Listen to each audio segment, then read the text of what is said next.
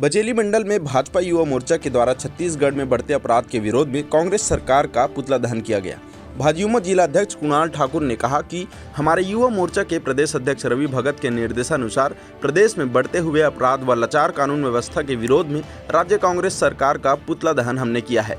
जब से प्रदेश में कांग्रेस की सरकार आई है तब से ही चोरी, लूट, बलात्कार, हत्या, चाकूबाजी जैसी जघन्य अपराध लगातार सामने आ रहे हैं। इन अपराधों पर लगाम लगाने में राज्य सरकार पूरी तरह विफल है व पूरी तरह मौन बैठी हुई है एवं अपराधों को कांग्रेस मौन समर्थन दे रही है। इन बढ़ते अपराधों से जनता बहुत त्रस्त है व परेशान है, जिसका दुष्परिणाम कांग्रेस को आगामी चुनाव में भुगतना पड़ेगा।